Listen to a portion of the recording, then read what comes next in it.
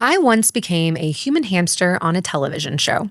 I was working in the props department on a comedy series, and for one scene, the stunt department had this giant human-sized hamster ball, one of those inflatable spheres that looked like it belonged at an amusement park. We were filming at the Nashville Municipal Auditorium, and I had gone down to the loading dock with the props master to confirm a few items for a big carnival scene. I saw the stunt team inflating this giant hamster ball and, like any reasonable person, immediately wanted to get inside it. The stunt coordinator asked if I wanted to try it. Obviously, I said yes. A few minutes later, I was zipped inside this thing, completely sealed off from the world. At first, it was great. I was laughing, walking around, feeling pretty confident. Then I hit a ramp, and that's when I realized the giant hamster ball had rules. Every adjustment affected the next adjustment. The ball would speed up, I'd compensate too much, and now I had to correct again. Everything was muffled. My balance was different, my timing was different, and what looked effortless from the outside suddenly required a lot more coordination than I ever would have guessed. The stunt coordinator stepped right in, helped guide me back, and probably saved me from spending the rest of the day rolling aimlessly around the auditorium. No Natalies were harmed in the making of the stunt. But it taught me something. The things stunt performers make look easy usually aren't easy at all.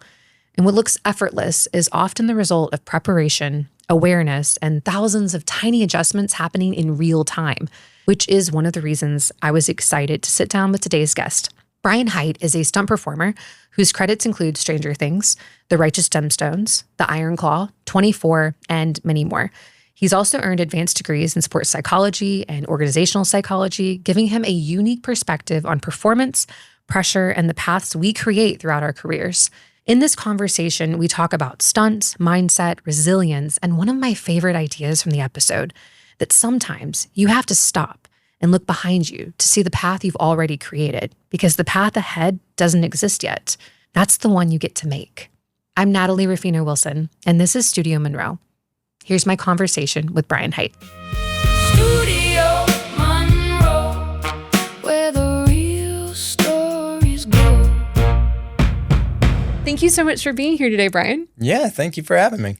So Brian Hite, could you walk me through a little bit? How I know when we talked initially, you said that you always wanted to get into stunts. Is that right? No, not always. I was in high school and I wanted to be a fighter pilot. That's what I wanted to do. And my plan was to go to the Air Force Academy. And for whatever reason, they decided that I couldn't go. I think it was my eyes. Something with my eyes didn't match up with the way that they wanted pilots to be. So they're like, you can go to the Air Force Academy or at least try, but you're not going to fly planes. And I said, well, that's what I want to do. Yeah, do I want to do that if I can't do what I want to do? The Air Force Academy.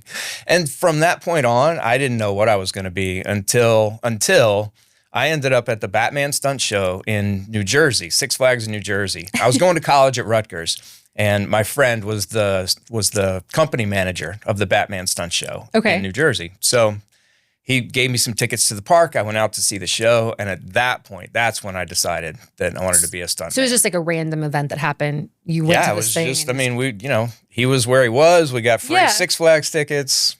I think that's kind of like a cool organic way to fall into this, though. You know what I mean? Literally. That's how it's kind of been for me with like producing. I wanted to act, and then I kind of fell into producing and started to love it and that sort of thing. So how old were you at that point? 20. So you've been doing this for a while. Well, when I saw it, I was 19, because when I did the show for the first time, I was 20. Okay, so you wanted to do the flying. So you've always been a little bit of a daredevil. Yeah, yeah.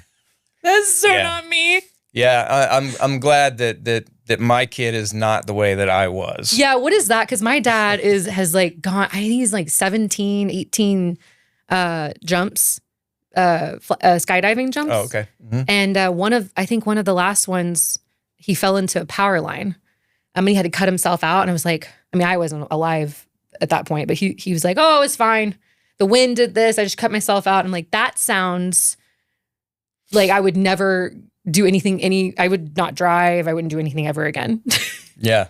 So I actually was curious because you have a Ph.D. in organizational psychology and a master's in sports psychology. Yes. Okay. So I was actually really curious to talk to you about, to me, it's less about like the person, catching themselves on fire, but the person willing to catch themselves on fire with stunts.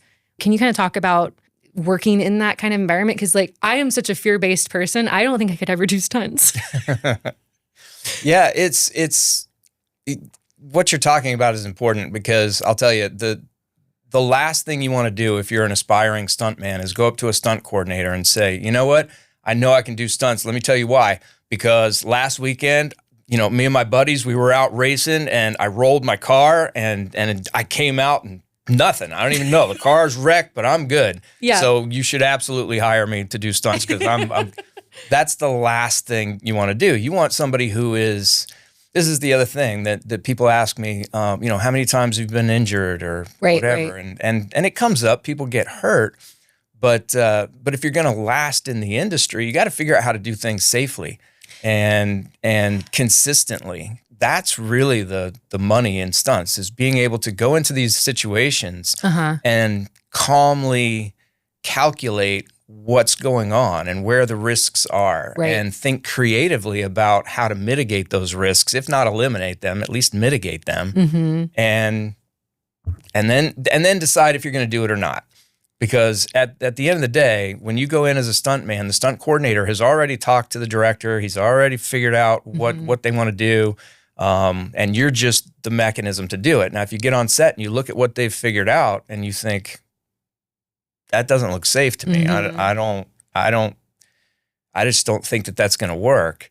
And they tell you, no, this is how we're going to do it. Then you just have to make a choice. Right. You're either going to do it or you're not. And it's hard to say no, but I know, sometimes that's the right answer. Have you ever been in a situation where you looked at it and you felt like it wasn't safe and you backed out?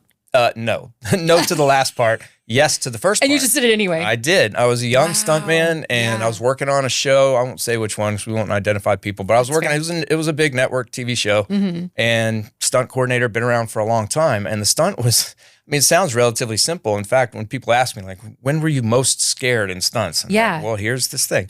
All it was I was running across a roof, and I jumped up on a ledge that was maybe, 2.5 feet high. It wasn't very high. It was probably about 10 to 12 inches wide, so it wasn't really narrow. Yeah. It was a very easy thing to do.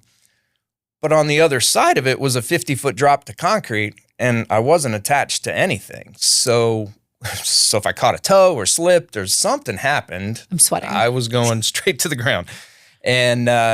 And I knew that there were other ways of doing it. I mean, for example, I could put on a harness, just a seat harness. I could attach a wire to it or a little rope or something that's a safety. It didn't do anything, no precautions. So that's one of those situations where I was looking at it. I'm like, all right, well, this is not safe. And there are easy ways to make it safe. Am I going to do it? And because I was brand new in the business, that was the answer I gave. I'm like, and I'm sitting here, so it all worked out. But did you do it multiple times or just the one? Yeah, we did it. We did it 2 or 3 times. Did it get easier as you went? And you were like, oh, I get it now. Yeah, it's not. It wasn't about easy or hard. I could run across a thing and jump up on a ledge. Right. It's just 99 times out of 100. But that one other time, probably 999 times out of 1,000. But something's going to happen.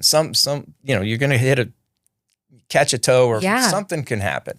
The unpredictability of it. It's so true. Can you talk a little bit about the role of stunt coordinator and sort of the department as like stunts? Because I feel like people don't really, maybe for a first time listener as far as stunts go. Yeah, this is an interesting thing. I actually put together a seminar to do for film schools on exactly this, like Stunts 101. If you're a producer, what should you know about budgeting for stunts? If you're a writer, how do you know if you're even writing a stunt? So if you're writing a show for a $2 million budget, how do you know if you're writing something that is a stunt but is going to be too expensive, or that you might even be able to bump up a little bit, if you understood a little better. The directors, how do you shoot it? Same thing with the DPs. So that I have put together a seminar on that because it is important. Stunts is basically it's safety. You can pretty much, not exactly, but kind of interchange those two words, because when the sequences come up in shows that elevate risk above what would be a normal, everyday, acceptable amount, that's when you can pretty much call it a stunt. And the person who is in charge of making sure that sequence, that risky sequence, is done correctly, safely, and meets the director's vision, that's the stunt coordinator. So the stunt coordinator's called in when these elevated risk situations occur, and that person's in charge of hiring the stunt people. There's a little bit of crossover with the director sometimes. If if you do what's called a stunt acting part. So there are 3 ways to be a stuntman. You can do stunt acting, meaning that you are going to say a few lines and then get beat up or thrown wherever or whatever. Whatever the stunt is, you can do that. Role. But there are some lines or some times, and so the director wants somebody who can act, Yeah. and the stunt coordinator wants somebody who can do the stunt, and Right. so there's some overlap there. And typically, how that happens is the stunt coordinator will provide the director with 4 or 5 choices. Director will pick whichever one of those he or she likes, and then they move on.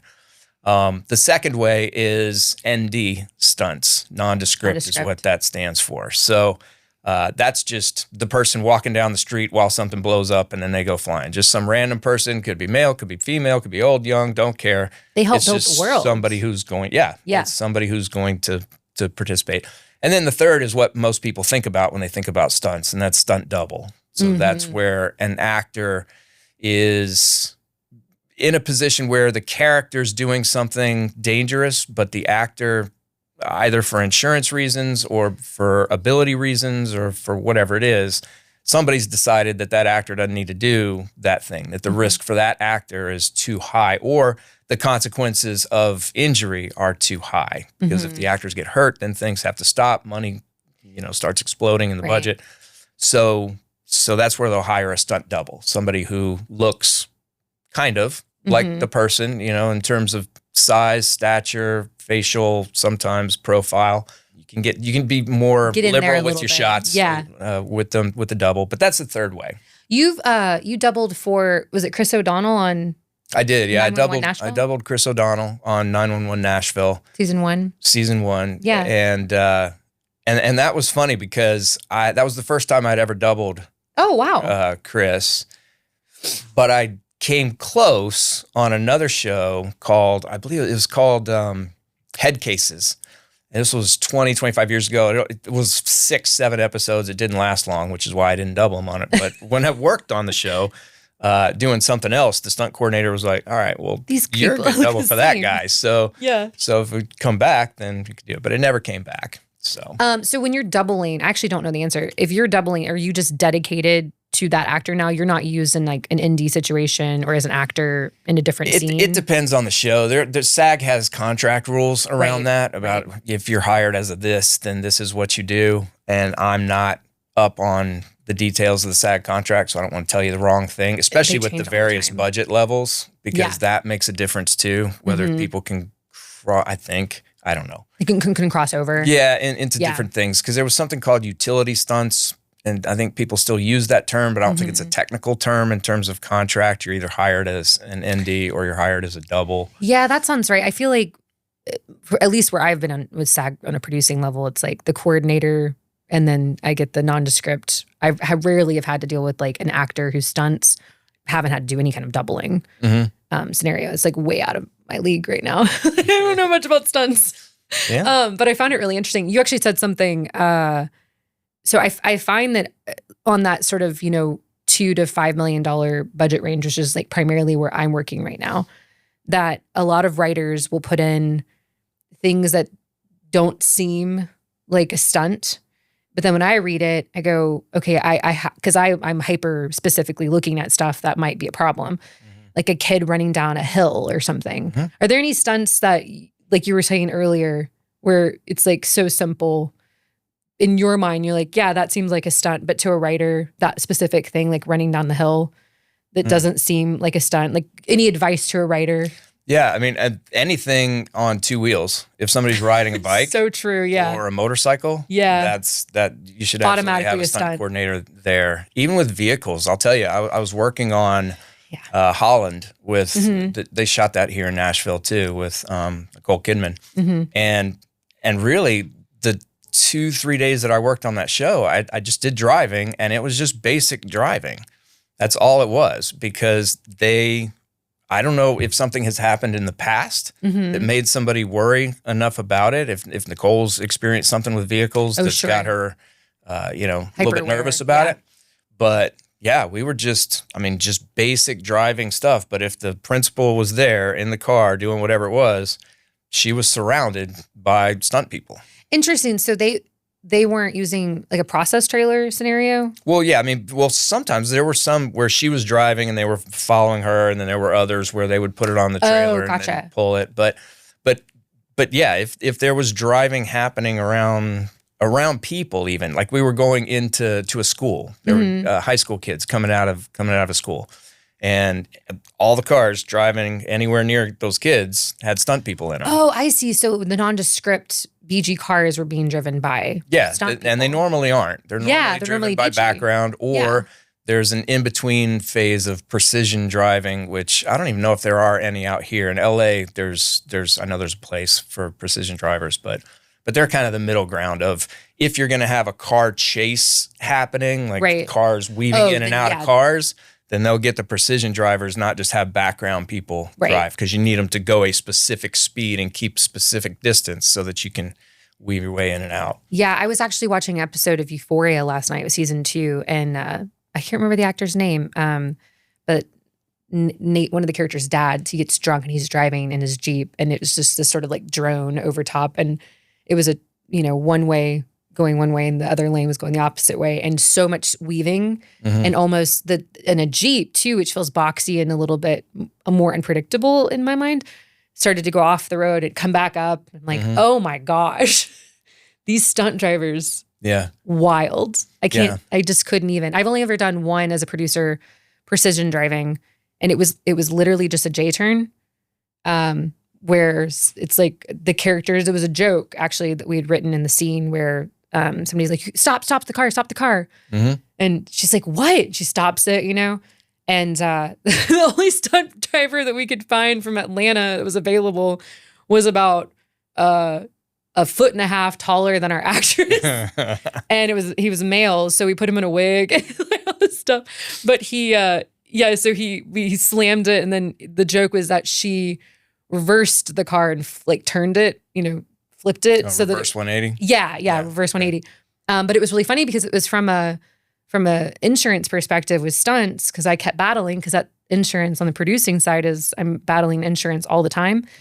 And they didn't want to necessarily cover it.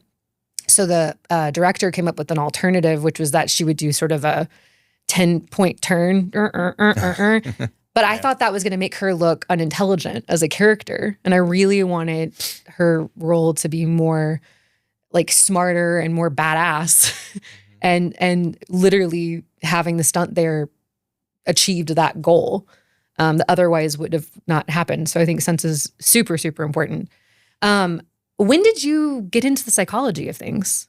When I was a senior in high school, because that was the first psychology class I ever took. Oh, okay. My high school offered a psychology class, and I took it, and it was I hated school all the way up until graduate school. I liked that, but up through high school, first college, didn't like any of it. But that was a class that I did enjoy, and it was just fascinating to me how powerful the mind is. Yeah. I mean, all aspects of psychology. How do we even see what's around us? I mean, how does the brain do that? How does the brain create a picture in our minds of what our environment looks like? And then how does our brain create meaning? This is where I spend a lot of time now, is how does the brain create meaning from what we experience in the world? Because you and I can be in identical situations, and actually are right now. Yeah, and you and I are experiencing it very differently. It means something different to each of us. Right. So that perception is what I'm talking about. That's what it is. How do we perceive what it is that's going on in our worlds? That was just something that stuck out at me in high school. And so I knew I was going to major in psychology in college. Again, didn't want to go to college, had no idea why I was going to college. I was just under the impression that that's what I was supposed to do. I'm supposed to go to college. So I did, but I knew I'd be majoring in psychology because that was the only thing that I found interest in at that point. And through those classes, I just came to love it even more. Now, I didn't graduate from college the first time around. I dropped out to go to LA and be a stuntman. I left with 1 semester to go. I had done the show. I told you I was clueless, and then I did the show in the summer after my junior year. Figured out that that's what I wanted to do, and that it had zero to do with a college degree. So my senior year, when I showed back up, I was worthless. I don't know how I passed anything in the first semester, but I was failing everything in the second semester for sure. So I just had to drop all the classes. It's a lot. And then did the show again that summer, moved to LA, and started doing stunts. So it wasn't until 4 or 5 years after that that I decided to go back to school And finish it. and get the degree. But yeah, and at that point, yes, I was finishing the psychology degree, but I continued on with a master's in sports psychology because I had coached gymnastics. And those kids, it was fascinating to me how in practice, I knew exactly what each kid could do and what their temperament was and how they communicate. I knew all the stuff. And I thought I knew what I could expect at the meet. But when I went to the very first meet with these kids, and this is the first time I'd ever coached competitive gymnastics, I took them to a meet and was baffled by the performance of some of them, either because I expected them to do well and they tanked miserably, or because I expected them to tank miserably and they brought it up. And it was, and the only thing that made any sense as to why that was, after watching them for hours and hours and hours over the course of weeks and weeks and weeks, was their minds. They just, something in their minds prevented some from performing well, but allowed others to do even better than I'd ever seen them do in a practice setting. So, do you think it had anything to do with an audience? Were there audiences? That can be part of it. I do feel like sometimes when I mock up like an audition or something when it's self-taping and I have maybe my husband behind the camera, or it's a couple lines and I'm doing it with nobody. It's a different experience for me than if I have an audience. I feed off of the energy of I don't want to fail, or this is exciting or something. You know what I mean? I do. And that's, so what you're talking about gets into some of the work that I do with pressure. That's one of pressure, stress, motivation, burnout. Those are the primary things that I focus on in my work, my business as a consultant. And what you're talking about is pressure. It's when we focus on the potential outcomes instead of the process. So when we think, like you said, well, if I fail, then and whatever follows the failure, or if I get this right, then my career is going to explode. Everybody's going to know who I am. There's such a thing, and it's that focus on the potential outcomes, the potential consequences. That's what creates pressure. So makes so much sense. So if you're going to eliminate pressure, which I argue that we should, and I argue that because I get pushback on this sometimes too from people like, no, I got to have pressure. I need pressure. I do better under pressure. And I say, you know what?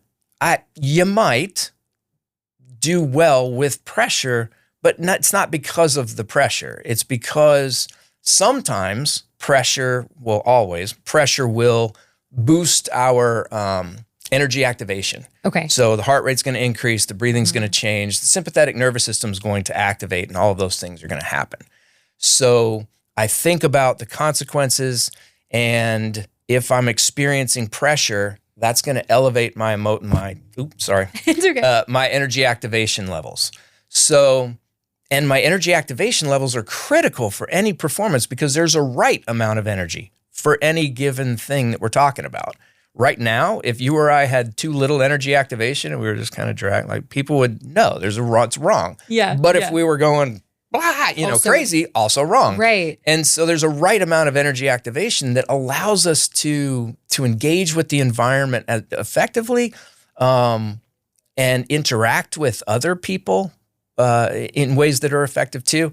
So the pressure, that's the only reason that somebody might do better under pressure, is that the pressure boosts their energy activation to the point where they can do well. But the problem with pressure is that, by definition, our attention's on the wrong thing.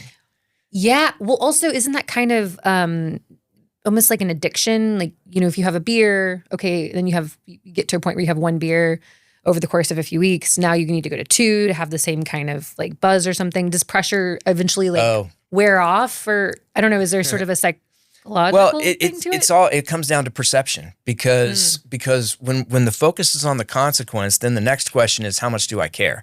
So if I screw this up, then I'm going to lose this job. Does that matter to me? Because if it does, Well, now that's gonna boost the pressure that I experience. Oh, okay, that makes sense. So it's not even about the situations that we're in. It's about our perception of the situations. That's why I said earlier that perception, that idea of how we make meaning from our environments, from what happens to us. Right. That's critical. So when we're in these, I call them high stakes situations. Yeah. Some people call them high stress situations or high pressure situations. I don't think that exists. Situations just are. They just are what they are. So true. And you may experience pressure or stress, and I don't, and we're in the same place. Yeah. You know? So it's not the situation. In fact, you can have a guest sitting here right now and who's sweating bullets because they're so stressed out. Mm-hmm. You're not. It's the same situation. So it's not, you can't call it a stressful situation. But if we perceive it as a threat, if we believe that our resources to deal with the situation are insufficient, now we start to experience stress.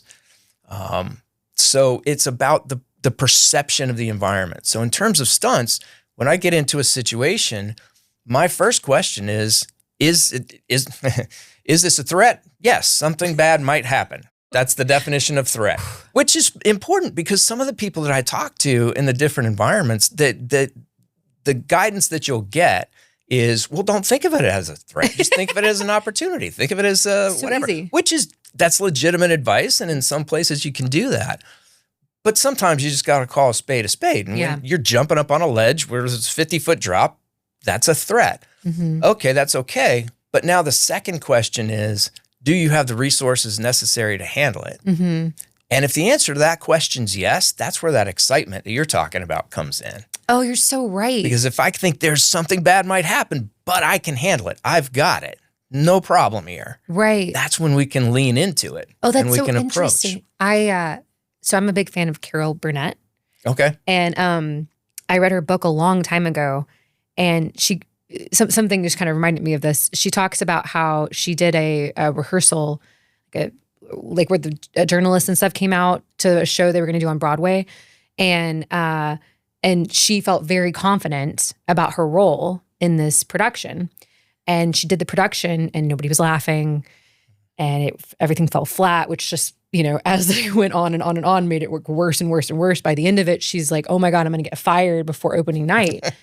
And what she learned from that going into opening night, because it was such a disaster, that the nerves kicked in on opening night, and it was a spectacular show. And she said, to her at least, was that the excitement and fear and it being something you really care about really ignited something, rather than you going in feeling super confident, like, I'm amazing at this thing. Let me show you how awesome I am. More of that, unpredictability of like, oh God, hope the audience is going to like this. I want to have fun. I love this show. I love what I'm doing. And I want this to be good. And I just but it's kind of similar in what you're saying, is that moment of like that shift in going, yes, I have the resources. I know my lines. Mm-hmm. I've done this before. I did a run through and it was terrible. There's no way it can be worse than that. You know what I mean? Right. Like, I'm going to go into it. And so that's what I tell myself before I do something and I get really nervous before an interview or before production or even on set as a producer. I might have a moment of like, a little bit, okay. And I tell myself, no, I've prepped for this. I feel like I haven't said it in these terms, but I have the resources there and I'm excited about this thing. Actually, it's weird when you comb through that you can actually get excited about the thing that you've been like searching for or trying to do for a long time. Does that make sense? Yeah. It's really important. I think that even parsing the words even more. So if we're talking in general, we're talking about stress. This, by the way, if there are any psychological theory geeks out there, this is called the transactional model of stress. It's by Lazarus and Folkman. It's been around since like the mid 80s. And all it says is what I've said, which is when we get into these situations, these high stakes moments, we ask ourselves, is it a threat or isn't it? If the answer is no, it's not a threat, then we're not going to experience stress. But if the answer is yes, then we move to the next question, do I have the resources necessary to handle it?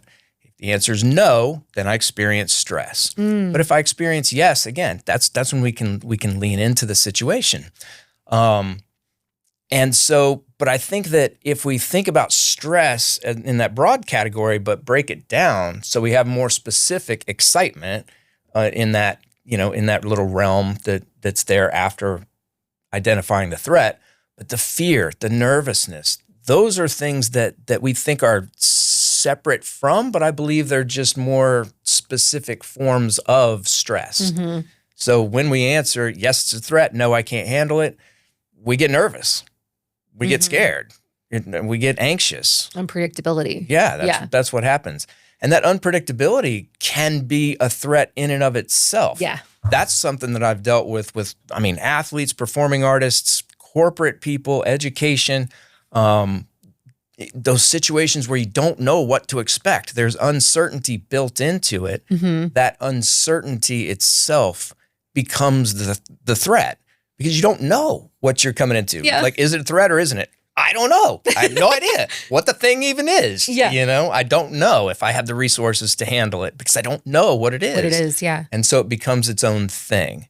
And so we have to treat it like its own thing. In other words, okay, so the uncertainty, is it a threat?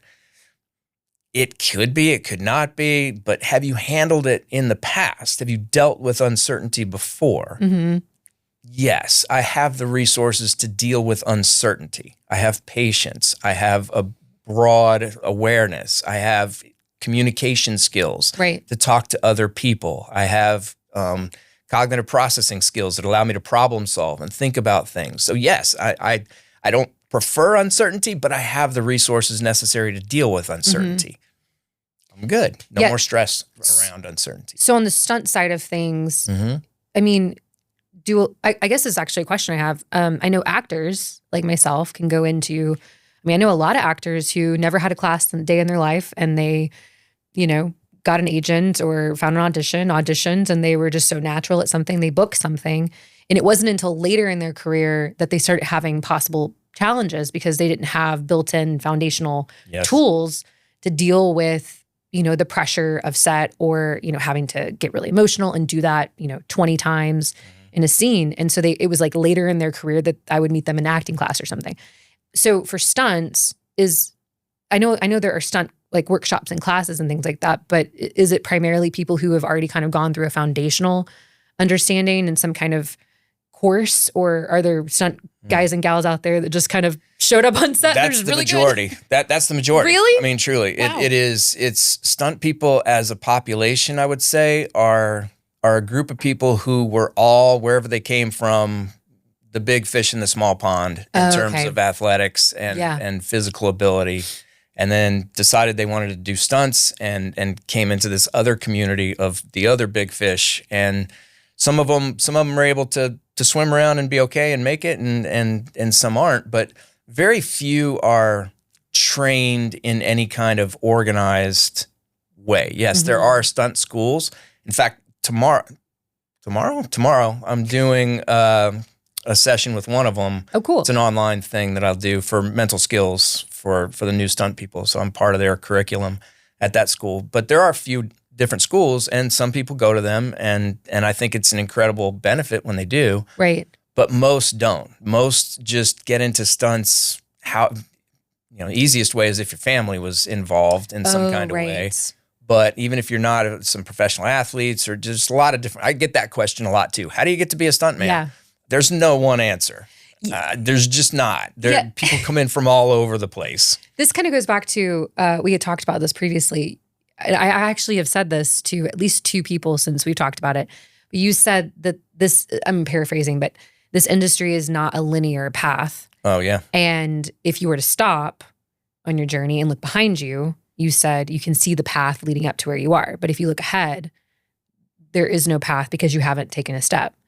Can you talk a little bit about that? Yeah, because I find it so interesting. Yeah, that's a concept that I've thought quite a bit about because I for a long time I had clients that were mainly teenagers, around 15, 16 years old. I was working with competitive swimmers and tennis players and what have you. But I heard too many times out of their mouths that if they didn't do well on this test, or if they didn't, perform at this, whatever the competition was, that they were going to get off the path. They're going to be off. They had in their mind where they wanted to go, and there was a path that existed to get there. And And along that path was this one event. And if they didn't do well, it was going to throw them off the path and screw everything up.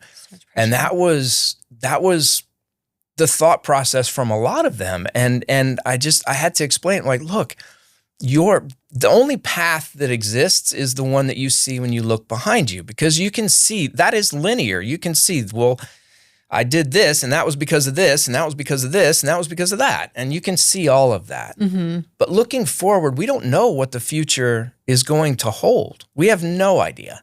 And so there is no future until we take each step. With each step, that path is created. So the path ends under our feet. Right. That's where it stops. And we can go left, we can go right, and whatever direction we go is not preventative of getting us, to get us where we're going. I mean, for example, I dropped out of college the first time around. I have a Ph.D. now. Right. I quit stunts not once but twice in my career, and I'm back at it. I mean, you never know. You never know what it is that's going to come up, but there is no path that is designated beforehand. Your path is your path that you create for yourself. I think that's interesting. I graduated high school, went to college, and after my first semester said, I need a break. And I remember my brother coming to me, who's much older and very disappointed because, he didn't do the traditional path. And he said, you're not going to go back to school. I don't know what you think. And I said, no, I'm going to. I feel like I need a break. I'm 18 and I need a breather. Mm-hmm. Been doing school. And I don't even know if I was majoring at the time in pre-law. I was like, I don't even know if I really want to do this. And I just got so much negativity from so many different people. I remember my mom, who's a big band singer, so she's, very creative. She said, you just need to do whatever feels right for you right now. And I took the semester off and I worked and I just explored. Like I traveled a little bit and hung out with my friends. Like it was just a nice moment to go, what do I want to do? And have the freedom to do that, because when you have so many other things going on, it's hard to carve out time to figure out, well, I'm going to take that hour on Tuesday and figure out what I want to do. Right. While I do all these other things. And the following semester, I went back to college and I continued until I graduated. And it was always that little, like, I told you so to my brother. Right. But you reminded me when we talked about that recently, because I feel like where I'm at right now with my career is very much that question of, do I pursue more of the producing thing and continue down that route? I still want to act. So do I need to take more time? I'm going to have a kid. So like, there's all these like things happening, and I want to direct more and all this sort of stuff. And you kind of made me go, when we got off the call, the pre-interview, I sat there and was like, I actually feel like you kind of gave me a visualization of saying, before I take that next job or before I take that next step or say I'm going to do something and already agree to it, you kind of reminded me about myself when I was coming, in that first semester of college and said, I need a break, is to take that second and breathe and go, where do I want to go? And what path seems the best for that place that I want to go, the ultimate goal? Mm-hmm. Is that kind of like the tools? Yeah, it's interesting because it gets back to goal setting. Goal setting is something that's ubiquitous all over the place, and in some businesses, it's required from everybody. You got to set goals because it's this big thing. But I've argued before in some other places. My wife tells me I need to write a book called Against Goal Setting because it's not as great as it's cut out to be sometimes. And the reason for that is there are a few of them, but the main one has to do with what you're talking about. So if I have a goal in mind, a direction that I want to go, that's key. So I know I've got some idea of what I want, and then it becomes, okay, so how do I get there? And I identify those things, and that's fantastic too. But at that point, the goal becomes almost irrelevant, because in order to get there, you have to put your attention on those things you need to do right now in this present moment to go where you're trying to go. So if my mind is, this is why we experience pressure. If my mind is on the goal, the outcome, and even more importantly, the consequences of that outcome. If I achieve this goal, then if I get this degree, then if I get this job or this audition goes through, then if that's where my mind is, then I'm not focused on those process-related steps that I have to take right now. I'm distracted. I'm doing them halfway. Right. I'm not doing them as well as I could. So I have to shift my attention from the goal to the present moment. And that's where we live, is in the present. So each moment right now, while I'm creating this path, the things that I choose they are going to move me closer to the direction that I want, or they aren't. But if I'm not paying attention to them, I'm not going to be able to perform as well as I need to. So for example, if an athlete's going into a big game and they really want to win, it's a huge game that has a lot of consequences associated with it. If they're thinking about those consequences as opposed to what play are we going to run? What am I supposed to do? What are the things necessary in this moment right now to set conditions for success?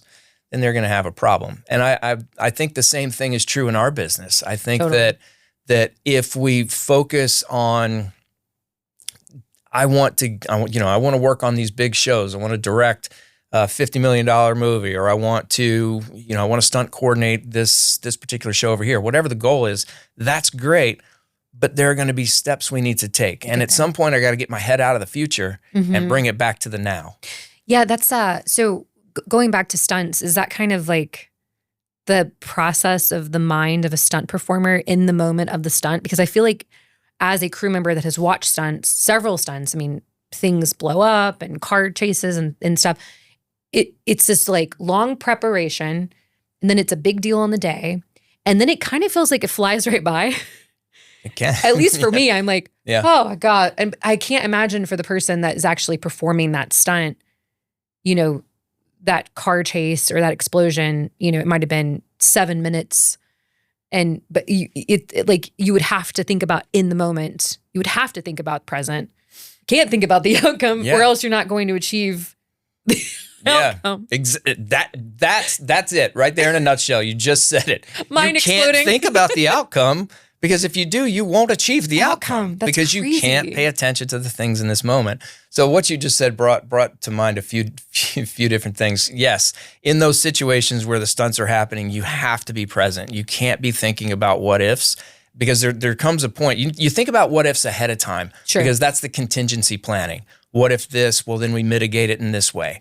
But in the moment, you're set. So it's like an old boss of mine, he used to call it the GICO, GICO, the good idea cutoff. Oh, so funny. we can have good ideas up to a certain point, but at that point, we just got to execute what we got, and that's going to be it. And when that point comes, for me, like when I hear, my trigger is roll sound. When I hear roll sound, I create the bubble around myself. I'm not separating from the world. I can see things I'm experiencing, but the only thing that exists is the now and those things that are relevant to me. So that happens on roll sound. And then from that once that bubble's created, then I put my attention on whatever the first thing is that I have to do. Whatever the very first movement is. If it's a step, if it's a punch, if it's a jump, whatever it is, the first thing that I'm going to do. If I'm in a vehicle, where my first mark is, that's where my attention is. Right. Because I know that if I can, on action, do the first thing right, the rest of it will follow. So I just put my attention on that very first thing. And from there, once we've got there, then the attention goes to the next thing, and so on and so forth. Throughout the process, completely present until we're done. It's almost like you're a kid again. Yeah, it's called flow or the zone. I mean, people call it that way, but you're able to, just completely immerse yourself in this moment, just now. It's not like you don't see stuff, but none of it matters if it's not task relevant. So true. I have a quick question about, so you worked on Superman. I did, yeah. Was it the 2025? Did that come out in 2025? Was that 2025? I don't know when that came out. Okay, so 2025. Yeah. I guess you guys would have been working it on what, 2024 or 2023? Because those movies take forever. Yeah, where are we at? 2026? Yeah, it was 2024. Okay, so the year before it came out. What kind of work did you do on that? I was in the scene that was on a beach. We shot it in Cleveland, actually. It was on Lake, whatever funny. it is that's up there, Erie, whatever it is. But yeah, it was the beach right outside Cleveland.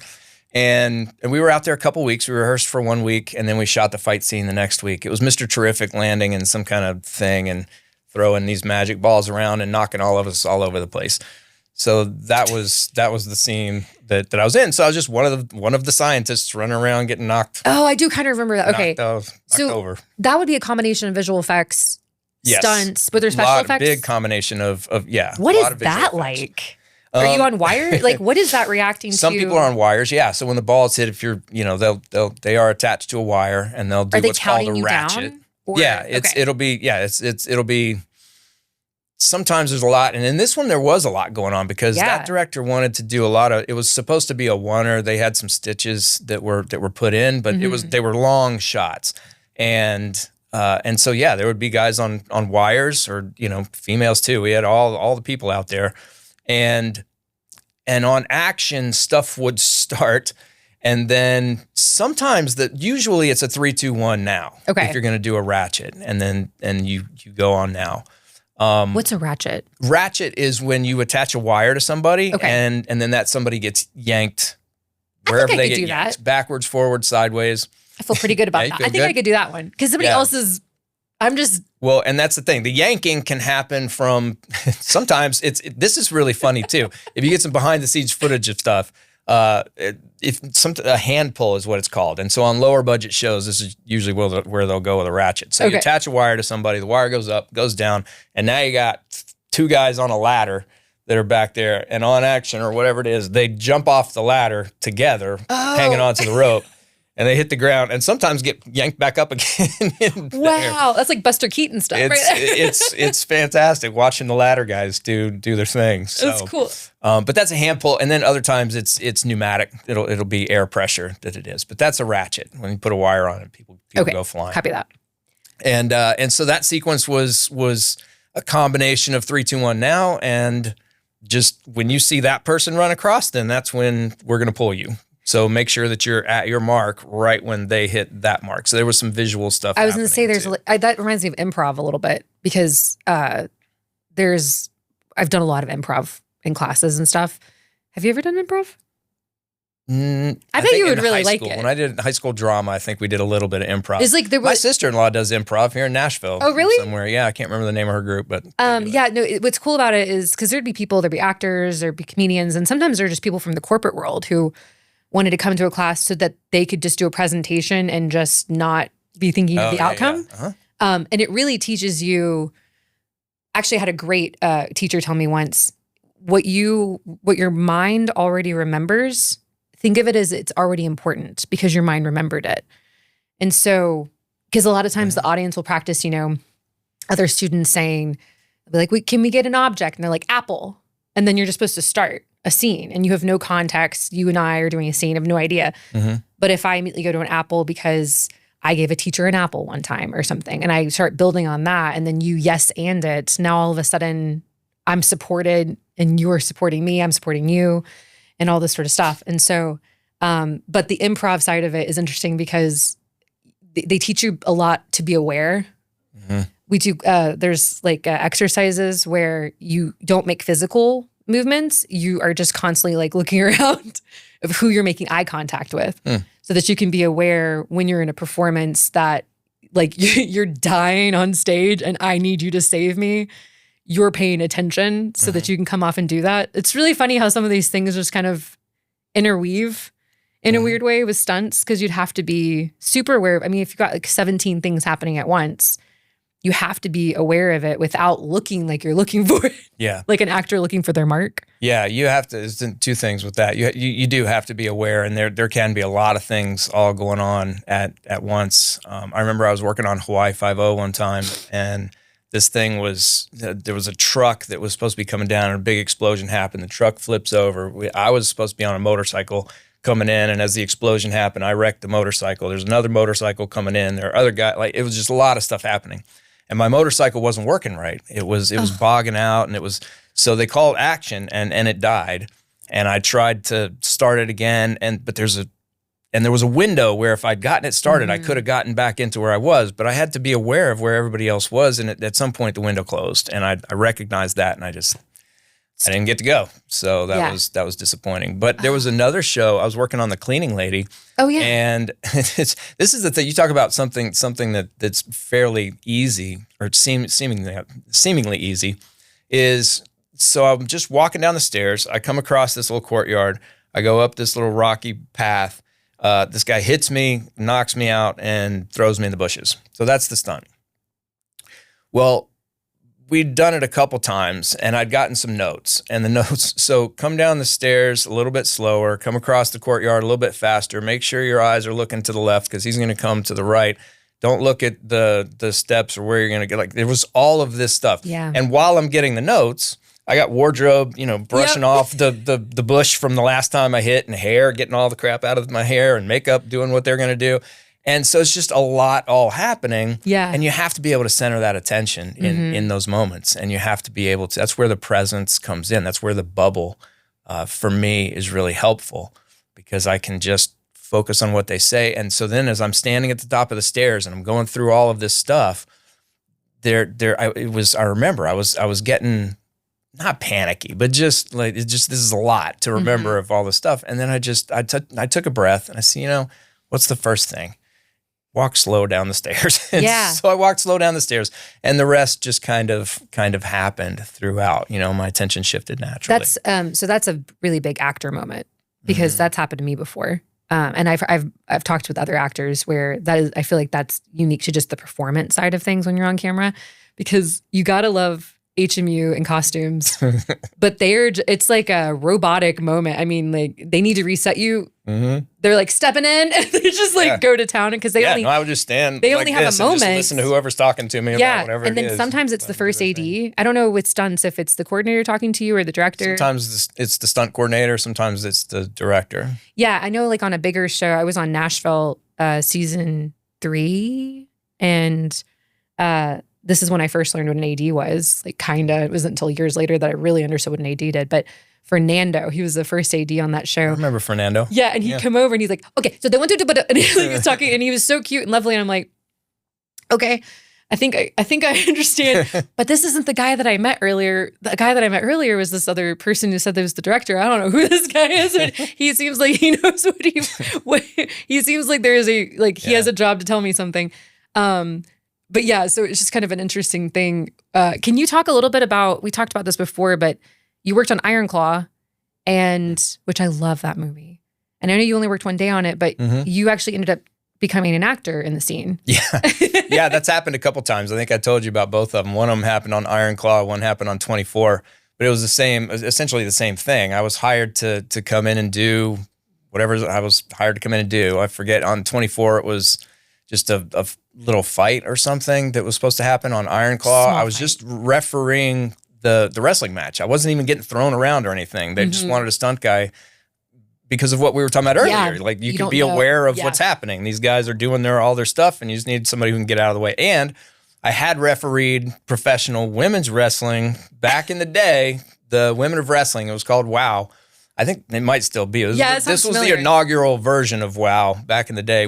They performed in the Coliseum for a pay-per-view thing back when that was a thing. Pay-per-view. And throwback. So I had experience refereeing, and my buddy was the stunt coordinator on Iron Claw, and so we made it happen. But yeah, I got there. I was just supposed to be the referee, and then next thing you know, they're like, okay, well, so here's what happens. This guy gets hurt, and then this other guy's coming in to talk, and so we need you to go over and you talk to him about this guy.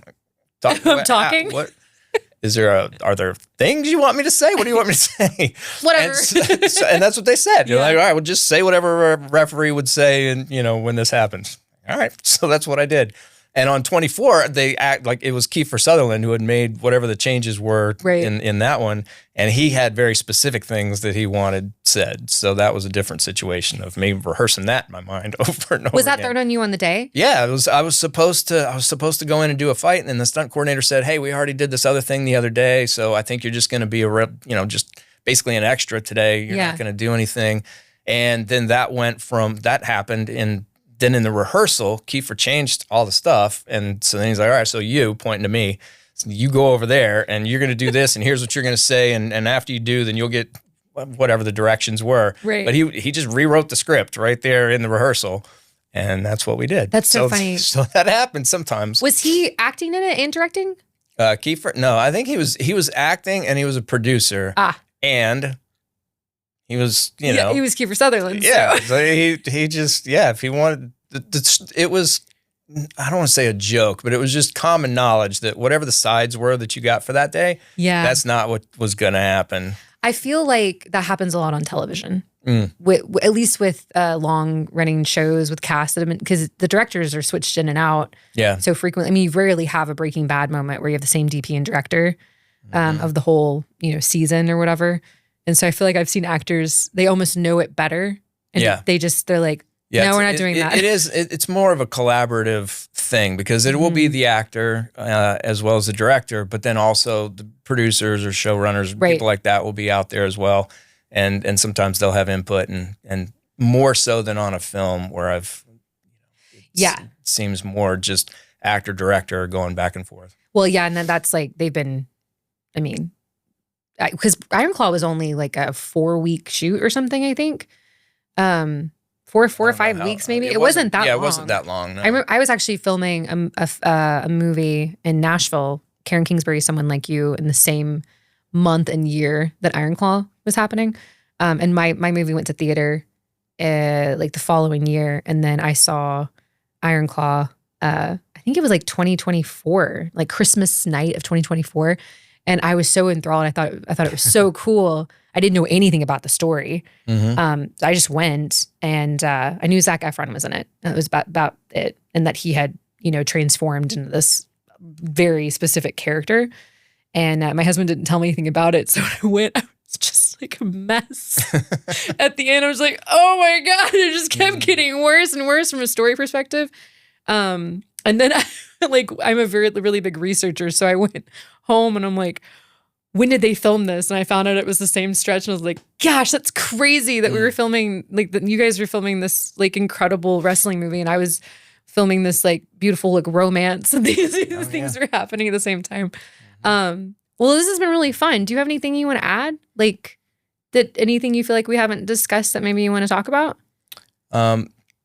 Stunt people aren't crazy.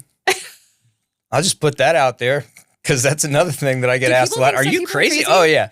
Yeah. Oh, because the adrenaline. Yeah, and what? You get hit by cars. Here's the thing. It's not even that you get hit by cars.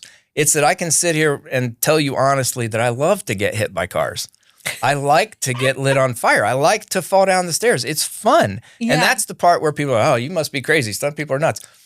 No, we're not. Yeah. It's just, that's what we have fun. It's just it's a challenge. It's it's like any other challenge where it's, you have to be at your best in order to do it successfully. It's that thing where you find your limits and you push the edge of the envelope. And that's where stunt people live. And yes, you're doing things that are going to hurt. Even if you do a car hit well, it's going to hurt. You know that going in. But yeah, it's a different mentality. It's one of the things when I left stunts to go work for the Army as a contractor, I just couldn't.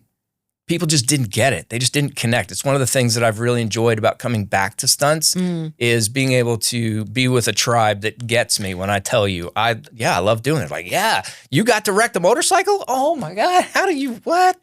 That's really fun. It's just fun. This camaraderie. Yeah. Yeah. And it's just shared understanding, like we agree on what's on fun that other people don't think is fun. We get joy from things that others just don't understand. And so if you're around a lot of people who just don't get it, it was a hard place for me to be for as many years as I was there. So no, stunt people aren't crazy. We just enjoy life in a different way. I do feel that a lot though. I mean, I feel like when I'm talking with another person who really likes a certain director or films or another actor, and we're able to connect in a way. I actually produced something for King Jester. It's the comedy, I guess, arm of Bungalow Studios. And we went to Austin a couple months ago for a comedy tour, or it was like a comedy festival. And so these are comedians and I'm an actor, and I was acting in some scene. I was producing and acting in these sketches with a couple of different comedians. And I was speaking with one of them because he had a big thing coming up, was like a WE thing or something. And it was that kind of reminding himself, like, in the present moment, I'm doing this. And then in 2 days, I'll be doing this, And we were talking about, I was like, have you ever, he was talking about something like getting not emotional, like he had an audition or something like that coming up. And because he was more on the comedian side, not on the acting side. And I said, have you ever considered substitution?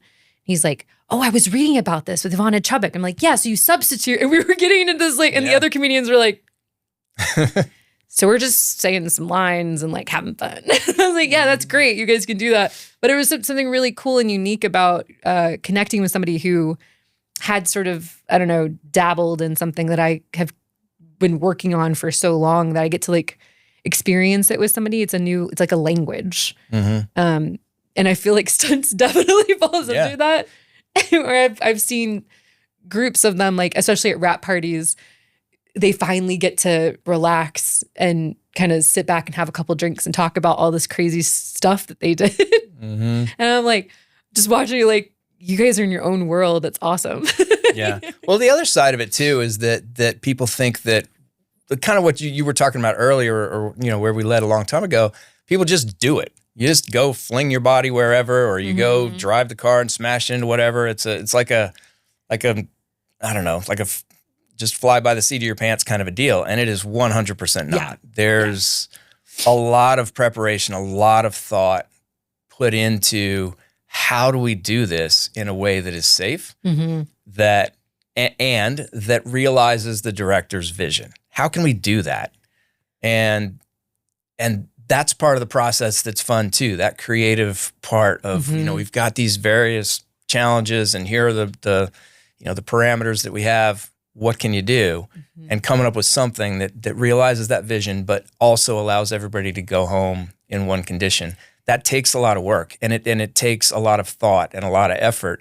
It's not just to show up on set and fling yourself wherever. There's a lot of intention behind every movement and every piece of blocking that happens in the stunts. You want to show up to do it again. Absolutely.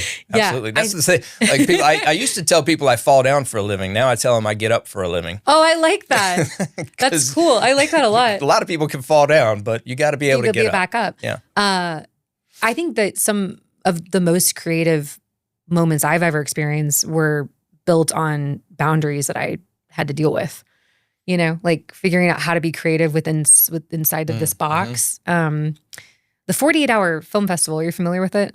Yeah. When I would do that a long time ago, especially in 2018, my husband and I started doing them together. We did a few, and a lot of people would be like, oh God, like very overwhelming. And I found it to be kind of this cool experimental thing of going, okay, well, they're going to give you a line, they're going to give you a character and a prop that you have to use. So let's incorporate that into a script that we're supposed to write on the day that we get our thing. Like, let's really like lean into all of the restrictions almost and see how creative we can be within that.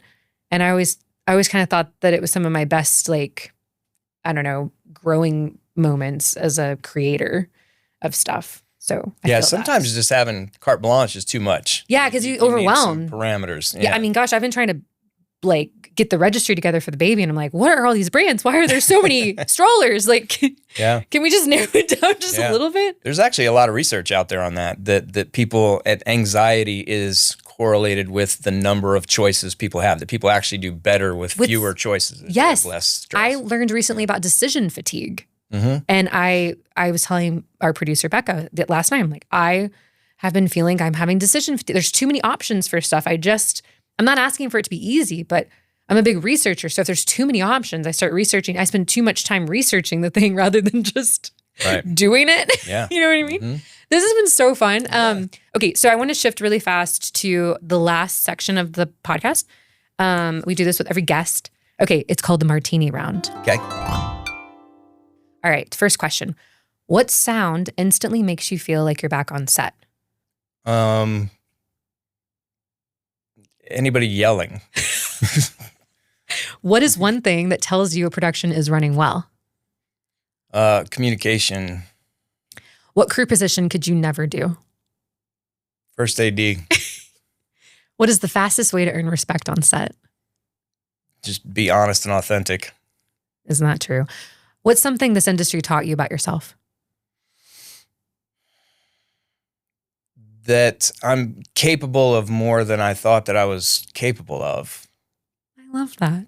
Yeah. What's one thing every film set needs more of? Communication. What's the most underrated skill in this industry? PAing. Amen. What part of this job never gets easier? The hours. What's something people in this industry don't talk about enough? Injuries. And last question. If your career ended with a final shot, what would it be? The best car hit ever done. That would be it. Thank you so much, Brian, for coming on. Yeah. This has been such a I've delight. enjoyed it. Thank you so much for having me. I absolutely. appreciate it. All right. Well, till next time. All right. Studio Monroe is made possible in part through our partnership with Bungalow Studios. If you enjoyed this conversation, subscribe and follow. Until then, see you at call time.